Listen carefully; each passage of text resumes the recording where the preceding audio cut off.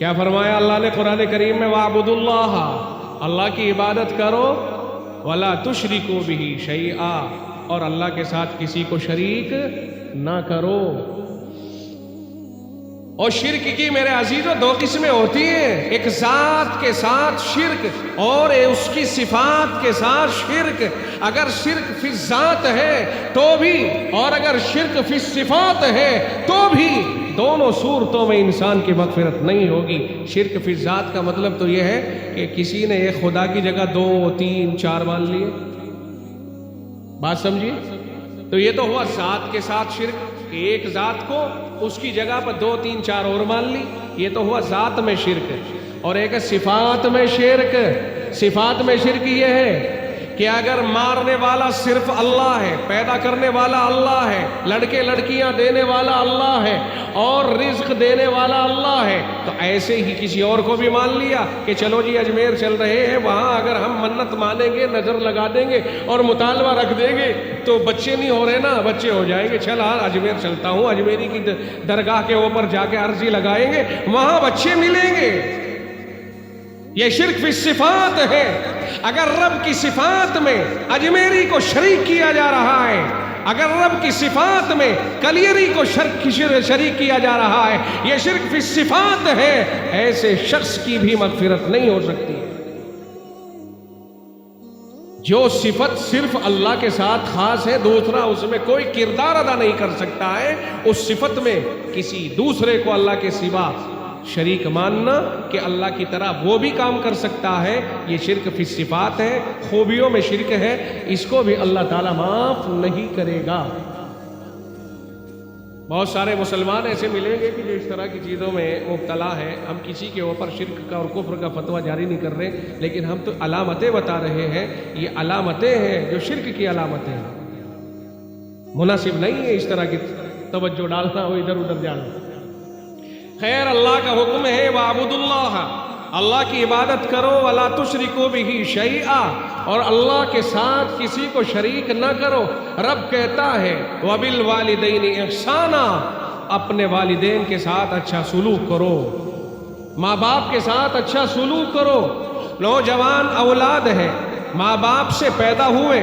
ماں باپ نے انہیں پروان چڑھایا، پرورش کیا، رب نے ان کو پالنے کی ذمہ داری عطا فرمائی، ماں باپ کو ذریعہ بنایا، دودھ ماں کی چھاتیوں میں اتارا رب ذوالجلال نے، اور اولاد کے اندر ماں نے اتارا، پھر اللہ نے اسے ہضم کر دیا۔ چند دن تو ایسے ہوں گے کہ جن دنوں میں ماں کے دودھ کے سوا کوئی چیز اس کو کارگر ہی نہیں ہو رہی ہے، اس کا جسم پلا بڑھا ماں کے دودھ سے، اس کا جسم بنا ماں کے پیٹ میں، ماں کے جسم کے حصے اس میں شامل ہوئے، اور پھر بڑا ہو گیا، ماں نے اس کی خدمات انجام دی، اس کے پیشاب پاخانے سے کبھی نہیں اکتائی، اس کی ہر طرح کی ذمہ داریاں ادا کی، جوان ہوا، اس کی شادی کی، اب اس کے بعد ماں باپ کو آنکھ دکھا رہا ہے۔ اللہ کے نبی علیہ السلام نے ارشاد فرمایا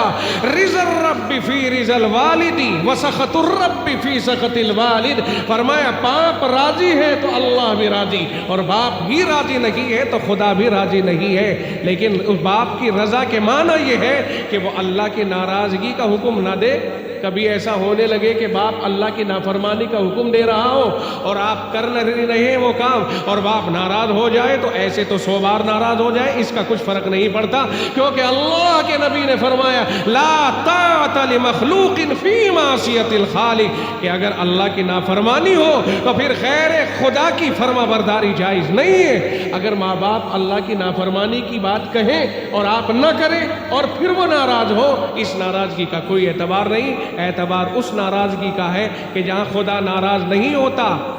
اور ماں باپ ایسی ناراضگی والی بات کا حکم بھی نہیں دیتے، بس وہ تو نارمل ہے، آپ ان کے حقوق ادا نہیں کرتے، انہیں تکلیف پہنچاتے ہیں، اگر وہ جائز بات کا حکم دے رہے ہیں آپ تسلیم نہیں کرتے، وہ کہیں سے روکتے ہیں آپ نہیں رکتے، وہ کہتے فلاں سے دوستی نہ کرو، اس کا مستقبل اچھا نظر نہیں آ رہا ہے، اس کا بیک گراؤنڈ اچھا نہیں ہے، آپ اس محلے میں مت جاؤ، وہاں کا ماحول بہتر نہیں ہے، آپ فلاں ہوٹل اور پارکوں میں مت مت جاؤ، وہاں کا ماحول بہتر نہیں ہے، تو پھر ایسی صورتحال میں اگر آپ پھر بھی اس راہ پر جاتے ہیں تو یہاں ہے وہ کہ اللہ ناراض ہوتا ہے اگر باپ ناراض ہوتا ہے۔ سمجھ میں نہیں آئی؟ اور ماں کے لیے اللہ کے نبی علیہ السلام نے فرمایا ان الجنت تحت اقدام امہاتکم، جنت تمہاری ماؤں کے قدموں کے نیچے ہے۔ نہ جانے کتنے لوگ ایسے ملیں گے کہ ماں تو تڑپ رہی ہے، ترس رہی ہے، بولتا نہیں، منہ کا بول نہیں، ملاقات نہیں، منہ پھیر کے نکل رہا ہے بے ایمان، اور دوستوں کے ساتھ اتنا اچھا سلوک کرتا ہے، ماں باپ کے ساتھ گھٹیا سلوک کرتا ہے، بیوی بچوں کا بڑا فرما بردار ہے، بڑا خادم ہے۔ اللہ کے نبی علیہ السلام نے فرمایا قیامت کی نشانیاں 15 بیان فرماتے ہوئے ارشاد فرمایا کہ بر صدیقہ و جفا اباہ، دوستوں کے ساتھ تو بڑھیا سلوک کرے گا اور باپ کی نافرمانی کرے گا۔ اقا امہ و اتا زوجہ زوجتہ، فرمایا ماں کی نافرمانی کرے گا اور بیوی کی فرما برداری کرے گا۔ یہ ہے وہ نشانیاں جو قیامت آنے والی ہے۔ اگر دوستوں کے ساتھ بدسلوکی، اچھا سلوک،